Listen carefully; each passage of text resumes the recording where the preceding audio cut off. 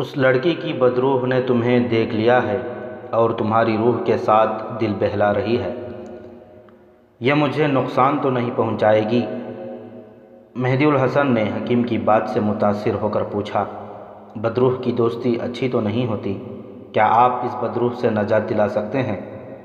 میرا شک غلط ہو سکتا ہے، حکیم نے کہا۔ پہلے دوائی دوں گا، افاقہ نہ ہوا تو بدروح کا کچھ کروں گا، میرے پاس اس کا بھی علاج ہے، تعویذ دوں گا، عمل کروں گا، ضرورت پڑی تو اس بدروح کے ساتھ تمہاری ملاقات کرا دوں گا۔ بدروح سے نجات حاصل کرنے کا یہ بھی ایک طریقہ ہوتا ہے، بدروح کوئی نقصان نہیں پہنچائے گی۔ مہدی الحسن قابل اور ذہین جاسوس تھا، لیکن وہ عالم فاضل نہیں تھا۔ اپنی قوم کے ہر فرد کی طرح جنات، چڑیلوں اور بدروحوں کے وجود پر یقین رکھتا تھا۔ اس نے ان کی جو کہانیاں اور روایتیں سنی تھیں انہیں سچ مانتا تھا۔ حکیم کا ایک ایک لفظ اس کے دل میں اتر گیا اور اس پر بدروح کا خوف طاری ہو گیا۔ وہ حکیم کے پاس جاسوسی کے لیے نہیں، علاج کے لیے ہی گیا تھا۔ حکیم نے اسے تسلی دی کہ وہ کوئی فکر نہ کرے، لیکن وہ فکر مند ہو گیا۔ حکیم نے اسے دوائی کی صرف ایک خوراک دی اور کہا کہ رات سونے سے پہلے کھا لے۔ اس نے سونے سے پہلے یہ دوائی کھا لی، اسے فوراً نیند آ گئی۔ اس سے پہلے اس کی اتنی جلدی آنکھ کبھی نہیں لگی تھی۔ صبح آنکھ کھلی تو اس نے محسوس کیا کہ اس کی طبیعت غیر معمولی طور پر حشاش بشاش ہے۔ وہ سب سے پہلے علی بن سفیان کے پاس گیا، اسے یہ نہ بتایا کہ اس نے اس پہاڑی علاقے میں حکیم کو جڑی بوٹیاں تلاش کرتے دیکھا تھا۔ یہ بتانے والی بات نہیں تھی، کیونکہ حکیم کوئی مشکوک انسان نہیں تھا۔ وہ قاہرہ کا اتنا مشہور اور قابل حکیم تھا کہ فوج اور حکومت کے بڑے بڑے افسر بھی اس کے پاس علاج کے لیے جاتے تھے۔ اس کے متعلق یہ بھی مشہور تھا کہ تعویذ بھی دیتا اور جنات وغیرہ کو بھی قبضے میں رکھتا ہے۔ علی بن سفیان نے مہدی الحسن سے کہا کہ وہ اسی جگہ جائے، اسے وہاں کوئی نہ کوئی مشکوک انسان ضرور نظر آئے گا۔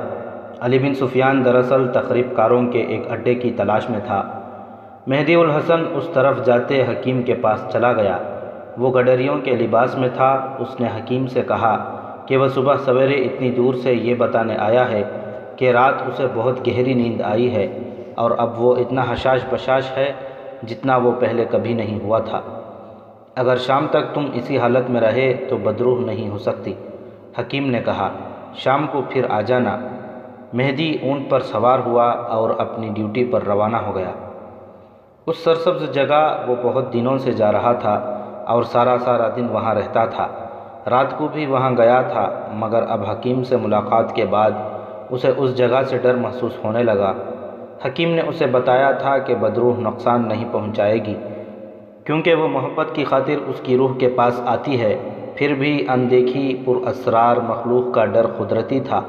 اسے ایسے محسوس ہونے لگا جیسے اس کے گرد بدروحیں منڈلا رہی ہوں۔ وہ دلیر آدمی تھا، ڈر کو دل سے نکالنے کی کوشش کرنے لگا اور بدروح کو تصور میں لانے لگا جس کا ذکر حکیم نے کیا تھا۔ اس تصور نے اسے تسکین دی اور وہ ادھر ادھر گھومنے لگا۔ اچانک اس نے محسوس کیا کہ اس کی طبیعت جو اتنی زیادہ حشاش بشاش تھی بجھ رہی ہے اور دل پر گھبراہٹ طاری ہو رہی ہے۔ اس نے اپنے آپ کو سنبھالنے کی بہت کوشش کی، لیکن گھبراہٹ بڑھتی گئی اور اس نے حکیم کو اپنی جو تکلیف بتائی تھی وہ پہلے کی نسبت زیادہ ہو گئی۔ اس نے اسی وقت حکیم کے پاس جانا چاہا، لیکن ڈیوٹی نہیں چھوڑ سکتا تھا، برداشت کرتا رہا۔ بہت دیر بعد اس کی طبیعت گھبراہٹ سے آزاد ہونے لگی اور آہستہ آہستہ اسی حالت میں آ گئی جس میں کل دوائی کھانے سے پہلے تھی۔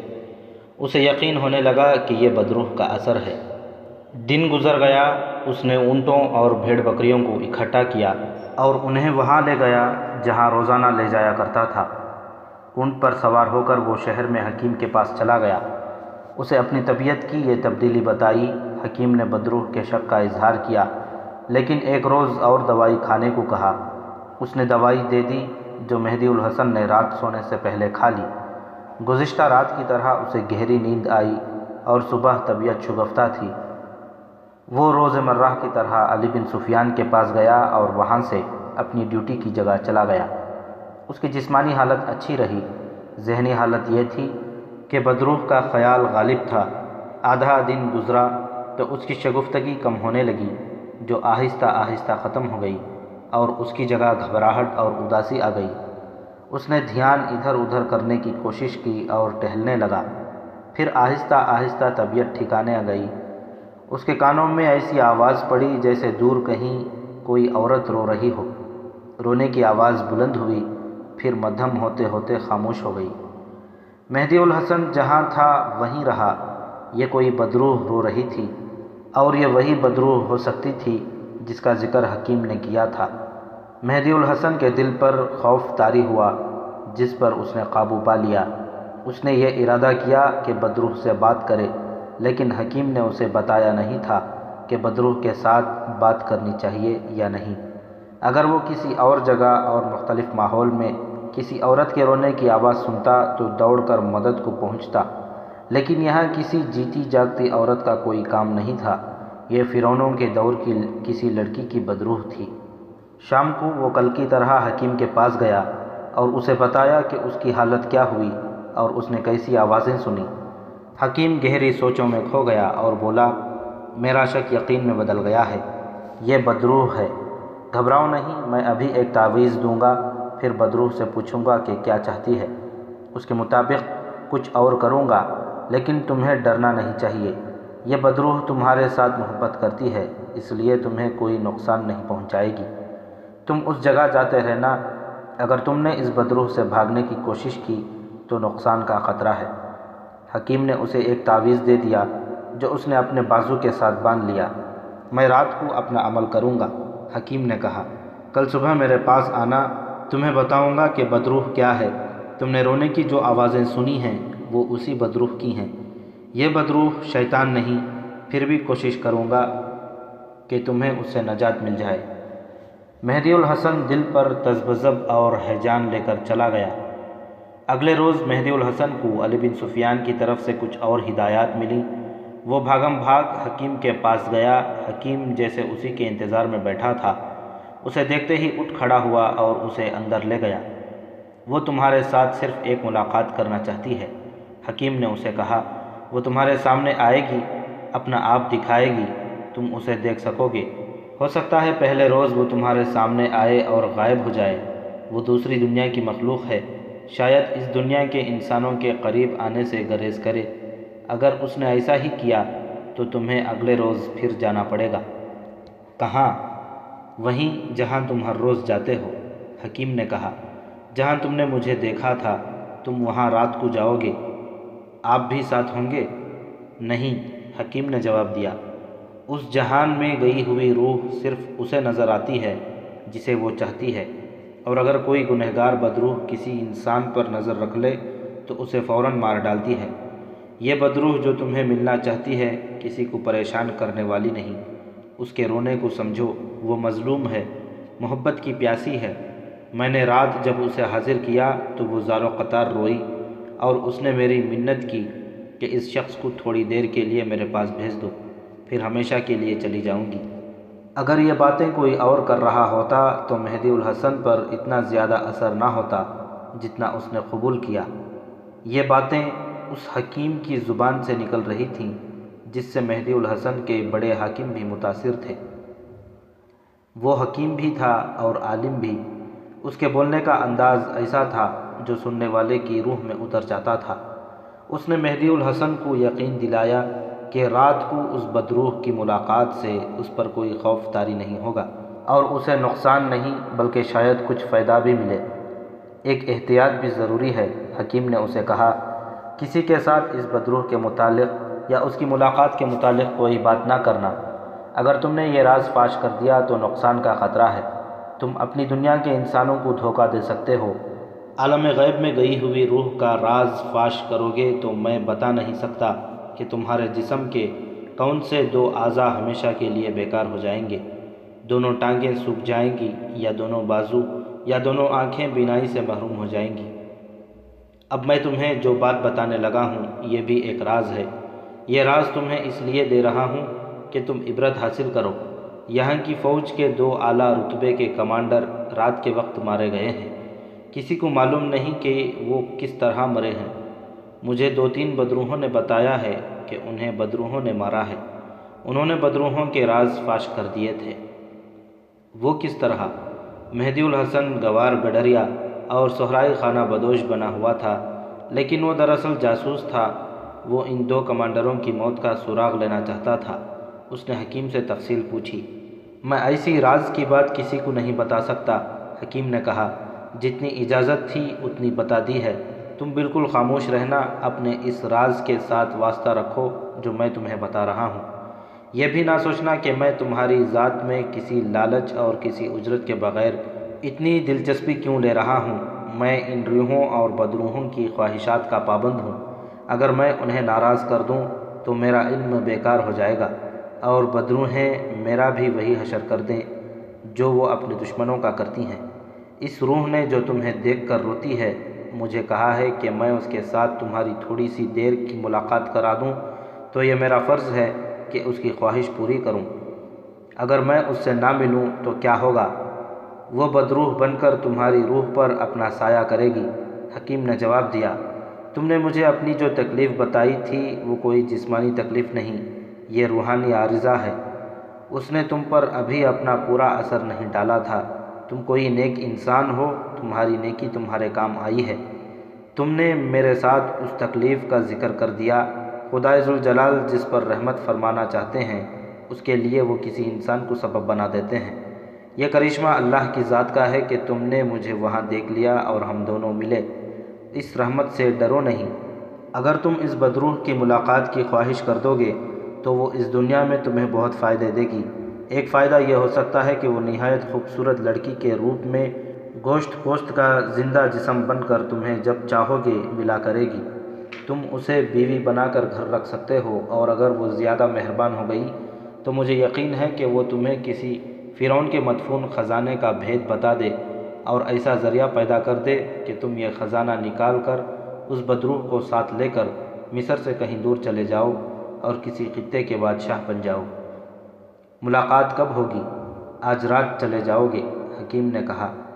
حکیم نے اسے ایک اور تعویذ دیا اور بہت سی ہدایات دیں، خطروں سے بھی آگاہ کیا اور فائدے بھی بتائے، اور زور دے کر کہا کہ ڈرنا نہیں۔ وہاں پہنچنے کا وقت بھی بتایا جو رات تاریک ہو جانے کے کچھ دیر بعد کا تھا۔ مہدی الحسن عجیب و غریب سے تاثرات لے کر وہاں سے اٹھا اور اپنی روز مرہ کی ڈیوٹی پر چلا گیا۔ دن وہاں گزارا اور سورج غروب ہونے سے بہت پہلے واپس چلا گیا۔ رات تاریک ہوئی تو پھر وہ وہاں موجود تھا، مگر اب ڈیوٹی پر نہیں، بدروح کی ملاقات کے لیے گیا تھا۔ ایسی تاریک تنہائی اور ایسے سنسان ماحول میں اسے خوفزدہ ہونا چاہیے تھا، لیکن حکیم کی باتیں اسے حوصلہ دے رہی تھیں۔ اس نے بازو کے ساتھ 2 تعویذ باندھ رکھے تھے اور وہ اپنے طور پر کوئی ورد بھی کر رہا تھا۔ وہ اس جگہ پہنچ گیا جو اسے حکیم نے بتائی تھی۔ یہ پہاڑیوں کے اندر تھی، درخت بھوتوں کی طرح نظر آتے تھے۔ ماحول اس قدر خاموش تھا کہ مہدی الحسن کو اپنے دل کی دھڑکن بھی سنائی دے رہی تھی۔ اسے رونے کی وہی آواز سنائی دی جو اس نے دن کو سنی تھی۔ وہ اس آواز کی طرف چل پڑا۔ کچھ دیر خاموشی طاری رہی۔ وہ ذرا سا چل کر رک گیا۔ اب کے رونے کی آواز اس کے عقب سے آنے لگی۔ یہ بھی دور تھی۔ وہ اس طرف چل پڑا۔ اس جگہ سے وہ واقف تھا، اس لیے آسانی سے چلا جا رہا تھا۔ یہ آواز بھی خاموش ہو گئی۔ مہدی الحسن نے بلند آواز سے کہا، مجھے اپنا آپ دکھاؤ گی یا اسی طرح ڈراتی رہو گی؟ اسے اپنے یہی الفاظ سنائی دیے۔ اگر اسے یہ علم نہ ہوتا کہ یہ اس کی اپنی صدائے بازگشت ہے تو وہ ڈر کے مارے بھاگ جاتا۔ یہ صحرائی پہاڑیاں تھیں جو دیواروں کی طرح کھڑی تھیں۔ ان میں سے زیادہ تر عمودی اور کچھ ڈھلانی تھیں۔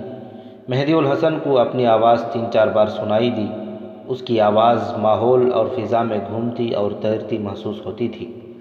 اس آواز کی گونج تاریک فضا میں تحلیل ہو گئی تو اسے ایک نسوانی آواز سنائی دی، مجھ سے ڈرو نہیں، آگے آؤ۔ یہ آواز دور سے آئی تھی۔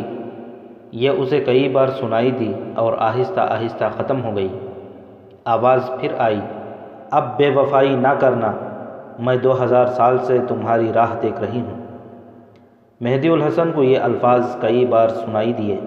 پھر مہدی الحسن کی آواز ابھری اور بار بار سنائی دینے کے بعد خاموش ہو گئی۔ اس طرح دونوں طرف سے آوازیں ابھرتیں، بھٹکتیں اور گونجتی رہیں۔ بدروح کی آواز میں التجا تھی، جس سے مہدی الحسن کا خوف دور ہو گیا۔ وہ ان پہاڑیوں میں اندر تک چلا گیا۔ اسے سامنے روشنی کی چمک دکھائی دی جو آسمانی بجلی کی طرح چمکی اور بجھ گئی۔ اس چمک میں اس نے دیکھ لیا کہ وہ کہاں ہے۔ اسے اس چمک میں اس سرنگ کا دہانہ نظر آیا تھا جس میں سے وہ گزر کر ایک بار دوسری طرف گیا تھا۔ وہ وہیں رک گیا۔ کچھ دیر بعد روشنی پھر چمکی اور اس میں اسے سرنگ کے دہانے میں کوئی انسان کھڑا نظر آیا۔ روشنی جانے کہاں سے آ رہی تھی، یہ اتنی لمبی چوڑی تھی کہ دہانے میں کھڑا انسان صاف نظر آتا تھا۔ وہ اس سے کم و بیش 50 قدم دور تھا۔ اس نے غور سے دیکھا، چہرہ بڑی ہی خوبصورت لڑکی کا تھا۔ صرف چہرہ نظر آتا تھا، باقی سارا جسم سفید کفن میں لپٹا ہوا تھا۔ مہدی الحسن ڈرنے لگا۔ اسے نسوانی آواز سنائی دی، مجھ سے ڈرو نہیں، 2000 سال سے تمہاری راہ دیکھ رہی ہوں۔ وہ آگے بڑھا، چند قدم چلا ہوگا کہ کفن سے ایک بازو باہر آیا جو مہدی الحسن کی طرف بڑھا۔ ہاتھ کی ہتھیلی اس طرح آگے ہوئی جیسے اشارہ کیا ہو کہ آگے نہ آنا۔ مہدی الحسن وہیں رک گیا۔ روشنی بجھ گئی۔ وہ اس طرح انتظار میں کھڑا رہا کہ روشنی ایک بار پھر چمکے گی اور اسے کفن میں لپٹی ہوئی یہ لڑکی نظر آئے گی، مگر اسے آواز سنائی دی، تم پر اعتبار کون کرے، چلے جاؤ چلے جاؤ، مجھ پر اعتبار کرو، مہدی الحسن نے کہا اور آگے کو دوڑا۔ وہ پکارتا جا رہا تھا، میں تمہاری خاطر آیا ہوں، میرے قریب آؤ۔ وہ سرنگ کے دہانے میں جا رکا۔ اس سرنگ کے اندر سے آواز سنائی دی، کل آنا، چلے جاؤ، تم فانی دنیا کے انسان ہو، تمہارے وعدے بھی فانی ہیں۔ مہدی الحسن سرنگ کے اندر چلا گیا اور آگے ہی آگے چلتا گیا۔ اسے سرنگ کا دوسرا دہانہ دکھائی دیا۔ سرنگ کے اندر کی نسبت باہر تاریکی کم تھی، اس لیے سرنگ کا دہانہ نظر آ رہا تھا۔ سرمئی سی اس روشنی میں ایک لمبوترا سایہ دکھائی دیا جو فوراً غائب ہو گیا۔ یہ کفن میں لپٹی ہوئی لڑکی جیسا تھا۔ مہدی الحسن دوڑ پڑا، ٹھوکر کھا کر گرا اور اٹھ کر پھر دوڑا۔ اگلے دہانے میں جا کر اس نے آوازیں دیں مگر اسے اپنی ہی پکار کی صدائے بازگشت کے سوا کوئی جواب نہ ملا۔ رونے کی آواز بھی نہ ابھری۔ بدروح نے بھی اسے نہ پکارا۔ وہ مایوس ہو کر واپس چل پڑا۔ ابھی وہ سرنگ کے وسط ہی میں تھا کہ اسے سرنگ کے سامنے والے دہانے میں روشنی دکھائی دی، مگر اس روشنی میں کفن میں لپٹی ہوئی لاش نہیں تھی۔ روشنی بجھ گئی۔ مہدی الحسن سرنگ سے نکل گیا۔ اسے سامنے اور ذرا بائیں کو بلندی پر روشنی کا دھوکہ ہوا، مگر وہ کسی اور طرح کی روشنی تھی، جیسے کسی نے کھڈ میں یا چٹان کے پیچھے آگ جلا رکھی ہو۔ مہدی الحسن نے کچھ سوچا اور ادھر کو چل پڑا جدھر سے آیا تھا۔ وہ اس پہاڑی علاقے سے نکل گیا۔ اس کا اونٹ باہر بندھا تھا۔ وہ اونٹ پر سوار ہوا اور قاہرہ کی سمت روانہ ہوا۔ اس کی ذہنی کیفیت ایسی تھی جس میں ڈر اور خوف نہیں بلکہ اضطراب اور ہیجان تھا۔ وہ ان دو روشنیوں کے متعلق سوچ رہا تھا، ایک وہ جس میں اسے کفن میں لپٹی ہوئی لاش نظر آئی تھی اور دوسری وہ جو اسے بلندی پر دکھائی دی تھی۔ بلندی والی روشنی آگ کی تھی۔ وہ اپنے ٹھکانے پر پہنچ گیا۔ رات بہت گزر گئی تھی، پھر بھی اسے نیند نہ آئی۔ بار بار کفن میں لپٹی ہوئی لڑکی کا چہرہ اس کے سامنے آتا تھا اور یہ ارادہ اسے تڑپا دیتا تھا کہ وہ رات وہیں گزارے اور اس لڑکی کو قریب سے دیکھ کر لوٹے۔ عادت کے مطابق وہ صبح وقت پر اٹھا، مشین کی طرح روزمرہ کے کام کیے، علی بن سفیان کے پاس جا کر نئی ہدایات لیں، جن میں ایک یہ تھی کہ اس علاقے میں اس کی ڈیوٹی ختم کر دی گئی تھی۔ اسے شہر کے باہر کسی اور جگہ جانے کو کہا گیا۔ مجھے ابھی وہیں جانے دیں جہاں اتنے دنوں سے جا رہا ہوں، مہدی الحسن نے کہا۔ مجھے توقع ہے کہ ان پہاڑی میں مجھے کچھ مل جائے گا۔ میں 2-3 روز بعد آپ کو بتا سکوں گا کہ یہ علاقہ صاف ہے یا نہیں۔ علی بن سفیان اس کے مشورے کو نظر انداز نہیں کر سکتا تھا۔ وہ کوئی عام قسم کا جاسوس نہیں تھا، اس شعبے کا عہدیدار تھا اور تجربے کے لحاظ سے وہ قابل اعتماد تھا۔ کچھ دیر کی بحث اور غور و خوض کے بعد علی بن سفیان نے اپنے اسی علاقے میں جانے کی اجازت دے دی۔ مہدی الحسن بدروح سے ملے بغیر اس علاقے کو چھوڑنا نہیں چاہتا تھا۔ یہ شاید پہلا موقع تھا کہ اس نے فرض پر اپنی ذاتی خواہش کو ترجیح دی تھی۔ علی بن سفیان کو ذرا سا بھی شک ہوتا کہ وہ کسی اور چکر میں اپنی ڈیوٹی بدلنے سے گریز کر رہا ہے تو اسے کبھی نہ جانے دیتا۔ ایک تجربہ کار جاسوس اور سراغ رساں اپنے آپ کو ایسے خطرے میں ڈال رہا تھا جس میں اس کی جان ضائع ہو سکتی تھی۔ مہدی الحسن حکیم کے پاس گیا اور اسے رات کی واردات سنائی۔ حکیم نے آنکھیں بند کر لیں اور منہ ہی منہ میں کچھ بڑبڑاتا رہا۔ تھوڑی دیر بعد اس نے آنکھیں کھولیں اور مہدی الحسن کی آنکھوں میں جھانکا۔ آج رات پھر جاؤ، حکیم نے اسے کہا۔ اس پاک جہاں کی مخلوق اس ناپاک دنیا کے کسی انسان کے قریب آنے سے ڈرتی ہے۔ تم کوئی ایسی ویسی حرکت نہ کرنا، شاید آج بھی ذرا سی دیر نظر آ کر وہ غائب ہو جائے۔ تم بے صبر نہ ہو جانا، وہ تمہیں ملنے کو بے تاب ہے، ضرور ملے گی۔ اگر اس ملاقات میں تمہارا فائدہ نہ ہوتا تو میں تمہیں وہاں نہ بھیجتا، تمہاری جان کو بھی کوئی خطرہ نہیں۔ مہدی الحسن چلا گیا، اس علاقے میں گھوما پھرا، سرنگ کے اندر گیا، دوسری طرف گیا، سرنگ کے دہانے سے نیچے اتر گیا۔ اسے زمین پر کپڑے کی ایک پٹی پڑی نظر آئی، اس نے اٹھا لی۔ یہ نصف انچ چوڑی اور کوئی نصف گز لمبی ہوگی۔ اسے وہ دیکھتا رہا اور اپنے پاس رکھ لی۔ وہ پھر سرنگ میں داخل ہوا اور باہر آ گیا۔ اس نے اس بلندی کی طرف دیکھا جہاں رات اسے آگ کا دھوکا ہوا تھا۔ ادھر ڈھلان تھی، وہ سرنگ سے نکل کر ڈھلان پر چڑھنے لگا۔ اسے ایک مردانہ آواز سنائی دی، اوپر نہ جانا، جس کے لیے تم آئے ہو وہ تمہیں رات کو ملے گی۔ یہ آواز گونج کر بار بار سنائی دینے لگی، ہماری دنیا میں آ کر کھوج نہ لگاؤ۔ یہی آواز پھر سنائی دی۔ مہدی الحسن رک گیا۔ اسے ایسے محسوس ہونے لگا جیسے یہ آواز اس کے ارد گرد گھوم رہی ہے۔ وہ اوپر نہ گیا، حیرت زدہ ہو کر ادھر ادھر دیکھتا رہا۔ اس نے سوچا کہ وہ کوئی ایسی حرکت نہ کر بیٹھے جس سے یہاں کی کوئی بدروح اسے نقصان پہنچا دے۔ وہ اس جگہ سے باہر چلا گیا اور ایک جگہ بیٹھ کر سوچنے لگا کہ اس جگہ کی حقیقت کیا ہے۔ دن اسی سوچوں میں گزر گیا اور رات کو وہیں واپس آنے کے لیے چلا گیا۔ سورج غروب ہونے کے بعد جب وہ اس پہاڑی خطے میں جانے لگا تو وہی بھیس بدلا جس میں وہ وہاں جایا کرتا تھا۔ دن کے وقت جب وہ ڈیوٹی پر جاتا تھا تو اپنا لمبا خنجر ساتھ لے جاتا تھا۔ حکیم نے اسے بڑی سختی سے کہا تھا کہ وہ رات کو جب بدروح سے ملنے جائے تو اپنے ساتھ کوئی ہتھیار نہ لے جائے۔ گزشتہ رات وہ خنجر اپنے ساتھ نہیں لے گیا تھا۔ اب شام کو وہ بدروح کی ملاقات کے لیے جا رہا تھا۔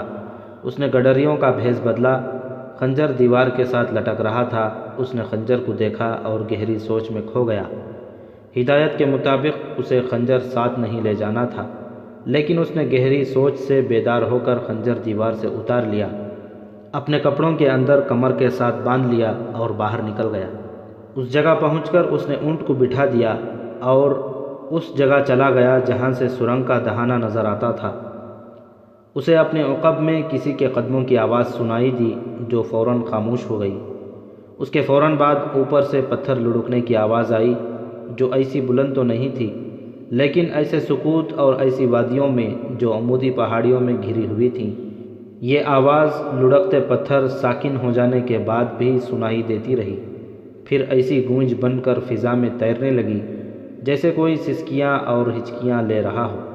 ذرا اور وقت گزرا تو مہدی الحسن کو رونے کی آوازیں سنائی دیں۔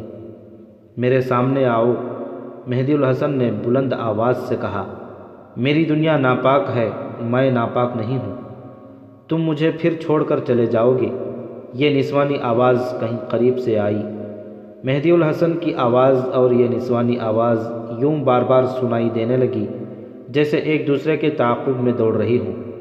روشنی چمکی اور بجھ گئی جس سے مہدی الحسن کو سرنگ کا دہانہ نظر آیا۔ وہ دبے پاؤں تیز قدم آگے چلا گیا اور سرنگ کے دہانے سے ذرا نیچے ایک بڑے پتھر کے پیچھے چھپ گیا۔ اس نے ادھر اوپر دیکھا جہاں گزشتہ رات اسے آگ کا دھوکا ہوا تھا۔ وہ دھوکا آج بھی موجود تھا۔ سرنگ کا دہانہ ذرا بلند ہوا، وہ پیٹ کے بل سرکتا اوپر چلا گیا اور وہ چند لمحوں بعد دہانے کے اندر تھا۔ وہاں سے اس نے چھپ کر ادھر اوپر دیکھا جدھر اسے آگ کا دھوکا نظر آیا تھا۔ اب چونکہ وہ خود بھی بلندی پر تھا اس لیے اسے وہاں آگ کی ایسی روشنی دکھائی دی جس کا شعلہ کہیں چھپا ہوا تھا۔ اسے سرنگ کے اندر سے کسی عورت کی آواز سنائی دی، 2000 سال سے تمہاری راہ دیکھ رہی ہوں، آگے آؤ۔ مہدی الحسن سرنگ کی دیوار کے ساتھ ساتھ اور اندر کو چل پڑا۔ اسے خیال آیا کہ حکیم نے اسے کہا تھا کہ اپنے ساتھ کوئی ہتھیار نہ لے جانا ورنہ اس لڑکی کی روح سامنے نہیں آئے گی۔ اس کے پاس 1.5 فٹ لمبا خنجر تھا اور بدروح بول رہی تھی۔ وہ اور آگے چلا گیا اور سرنگ کے وسط میں پہنچ گیا۔ سرنگ فراخ تھی، اسے کوئی آتا محسوس ہوا۔ وہ دیوار کے ساتھ لگ کر بیٹھ گیا۔ اس کے قریب سے کوئی گزرنے لگا۔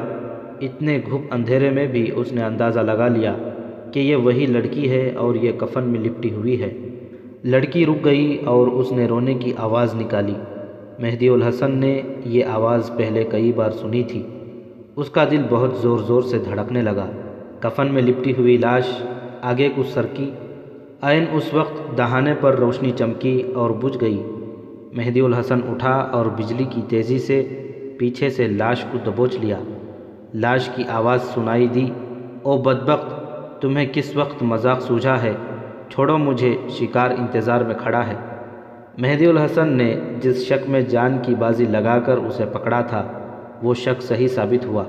اس نے سوچ لیا تھا کہ یہ بدروح ہوئی تو اس کے ہاتھ نہیں آئے گی اور اس کی جان نکل جائے گی، اور اگر یہ کوئی دھوکہ ہوا تو اسے بڑا موٹا شکار مل جائے گا۔ کفن میں لپٹی ہوئی اس عورت کی آواز سنتے ہی مہدی الحسن سرگوشی میں بولا، اونچی آواز نکالی تو خنجر ایک پہلو میں گھونپ کر دوسرے پہلو سے نکال دوں گا۔ میں تمہارا دل اور کلیجہ منہ کے راستے نکال کر کھا جاؤں گی۔ عورت نے کہا، میں روح ہوں۔ مہدی الحسن نے اسے ایک بازو سے دبوچے رکھا اور دوسرے ہاتھ سے خنجر نکال کر اس کی نوک عورت کے پہلو میں رکھ دی۔ سرنگ کے سامنے والے دہانے پر ایک بار پھر روشنی چمکی۔ مہدی الحسن کا ادھر جانا پرخطر تھا۔ میں اسی لیے تمہیں اپنے قریب نہیں آنے دیتی تھی کہ تم فریبی اور فانی دنیا کے انسان ہو۔ عورت نے رندی ہوئی اور اثر انگیز آواز میں کہا، 2000 سال سے تمہاری راہ دیکھ رہی ہوں۔ تمہارا انتظار ختم ہو گیا ہے۔ مہدی الحسن نے کہا، اب تم روحوں کی پاک دنیا میں واپس نہیں جاؤ گی، تم اب میری ناپاک دنیا کی عورت ہو۔ میں عورت نہیں، اس نے کہا، میں جوان لڑکی ہوں، میں حسین لڑکی ہوں۔ میں اونچا نہیں بولوں گی، میری بات غور سے سن لو۔ میں جانتی ہوں کہ تم کون ہو اور یہاں کیوں آئے ہو۔ تم مجھے اتنے اچھے لگتے ہو کہ میں نے تمہیں حاصل کرنے کا فیصلہ کر لیا اور یہ طریقہ اختیار کیا ہے۔ تو چلو میرے ساتھ۔ مہدی الحسن نے کہا، نہیں۔ لڑکی نے کہا، تم میرے ساتھ چلو۔ میں تمہارے ساتھ گئی تو ہم دونوں بھوکے مریں گے۔ تم میرے ساتھ آئے تو فرعونوں کا خزانہ ہمارا ہوگا۔ پھر تمہیں ویرانوں میں بھٹکتے پھرنے اور تھوڑی سی تنخواہ کے عوض جاسوسی کرتے پھرنے کی ضرورت نہیں پڑے گی۔ تم یہاں کیا کر رہی ہو؟ خزانہ نکال رہے ہیں۔ لڑکی نے کہا، میں بہت سے آدمیوں کے ساتھ ہوں۔ وہ سب کہاں ہیں؟ میرے ساتھ چلو، سب تمہارا استقبال کریں گے۔ لڑکی نے کہا، مجھے روشنی میں دیکھو گے تو خزانوں کو اور اپنی دنیا کو بھول جاؤ گے۔ مہدی الحسن جو خوشبو اس لڑکی کے جسم سے سونگھ رہا تھا وہ اس پر خمار طاری کر رہی تھی۔ اس نے اس لڑکی کو جب اپنے بازوؤں میں دبوچا تو اس نے محسوس کر لیا تھا کہ یہ جسم ایمان خریدنے کا اثر رکھتا ہے۔ لڑکی کی آواز میں ترنم تھا، اس پر نشہ طاری ہو چلا تھا۔ اس لمحے سرنگ کے دہانے پر روشنی پھر چمکی۔ مہدی الحسن بیدار ہو گیا۔ اس نے لڑکی سے یہ پوچھنا مناسب نہ سمجھا کہ اس کے آدمی سرنگ کے پیچھے بھی ہیں یا نہیں۔ سامنے کے دہانے کی طرف وہ نہیں جانا چاہتا تھا کیونکہ ادھر کے متعلق اسے یقین تھا کہ ادھر آدمی ہوں گے اور روشنی کا انتظام تو ادھر تھا ہی۔ اٹھو، اس نے لڑکی کو اٹھایا اور کہا، کفن اتارو۔ مہدی الحسن نے کفن سے لمبی اور چوڑی پٹیاں پھاڑیں۔ ایک سے لڑکی کے ہاتھ پیٹھ پیچھے باندھ دیے، دوسری پٹی سے اس کی ٹانگیں ٹخنوں کے قریب سے باندھیں، تیسری پٹی اس کے منہ پر باندھ کر اسے کندھے پر ڈال لیا، خنجر ہاتھ میں رکھا اور وہ سرنگ کے پچھلے دہانے کی طرف چل پڑا۔ اسے وہاں سے بہت جلدی نکلنا تھا۔ گزشتہ رات جب مہدی الحسن یہاں آیا تھا تو وہ بدروح سے ہی ملنے آیا تھا۔ سرنگ کے دہانے پر وہ روشنی کی چمک میں اسے نظر آئی اور غائب ہو گئی تھی۔ مہدی نے دہانے پر جا کر ایک تو دہانے کے سامنے بلندی پر روشنی سی دیکھی تھی اور پھر وہ سرنگ کے اندر گیا تھا تو اس نے دوسرے دہانے میں سے ایک سایہ سا باہر جاتے دیکھا تھا۔ دن کے وقت وہ پھر سرنگ میں سے گزر کر دوسری طرف گیا تو اسے کپڑے کی ایک باریک سی پٹی زمین پر پڑی نظر آئی تھی۔ اسے پٹی دیکھتے ہی یاد آ گیا کہ میت پر کفن ایسی ہی پٹیوں سے باندھا جاتا ہے۔ وہ چونکہ علی بن سفیان کا تربیت یافتہ تھا، اس لیے وہ ذرا ذرا سی چیزوں اور لطیف سے اشاروں کو بہت اہمیت دے رہا تھا۔ وہ جب آج رات بدروح کی ملاقات کے لیے چلا تھا تو اس نے حکیم کے منع کرنے کے باوجود خنجر ساتھ لے لیا تھا۔ یہ آزمائش کا ایک طریقہ تھا۔ خنجر کے باوجود بدروح آ گئی۔